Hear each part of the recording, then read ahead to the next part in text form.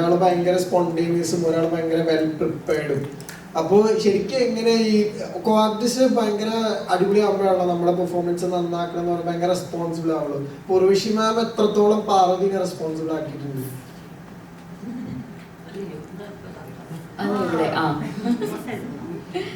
ഒരു 100% എന്നെ റെസ്പോൺസിബിൾ ആക്കിക്കൊണ്ടിരുന്നത് ചേച്ചി തന്നെയാണ്. പിന്നെ ഒബ്വിയസ്ലി ആദ്യം കഥ പറയുമ്പം ക്രിസ്റ്റോനോടുമായിട്ട് എനിക്ക് ഒരുപാട് ഡിസ്കഷൻസും റീഡിങ്സും അഞ്ജു എന്താണ് അഞ്ജു ഇങ്ങനെ എന്നുള്ള കാര്യങ്ങൾ അഞ്ജുവിൻ്റെ തീരുമാനങ്ങളെ പറ്റിയിട്ടൊക്കെ സംസാരിക്കും. പക്ഷേ സെറ്റിൽ ചെന്ന് കഴിഞ്ഞാൽ ഇപ്പോൾ സിനിമ കണ്ട എല്ലാവർക്കും അറിയാം, ചേച്ചി ഞാനും അങ്ങോട്ടും ഇങ്ങോട്ടും ഇങ്ങനെ നമ്മളിങ്ങനെ പന്തെറിഞ്ഞ് കളിക്കുന്ന പോലെ ഓരോന്നും പറയുന്നു പറയാതിരിക്കുന്നു. സോ ചേച്ചിയുടെ മെത്തേഡാണോ ഇനി മെത്തേഡ് ഇല്ലായ്മയാണോ എന്ന് പറയാൻ എനിക്കറിയില്ല.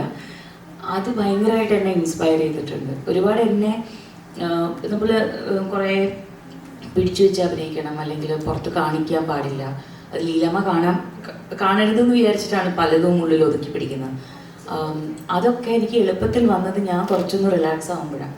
അപ്പോൾ ചേച്ചി ഇല്ലാത്ത സീനിലൊക്കെ ഞാൻ നല്ലോണം ചേച്ചീനെ മിസ് ചെയ്യും.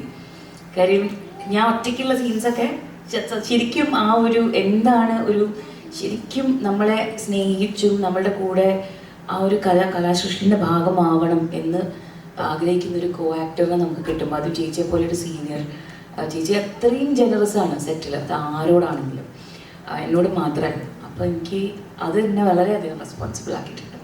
ഇനി അങ്ങോട്ട് പോകുമ്പോൾ അത് എന്നെ ഇനിയും എനിക്ക് ഗുണം ചെയ്യുമെന്ന് ഞാൻ വിശ്വസിക്കുന്നു.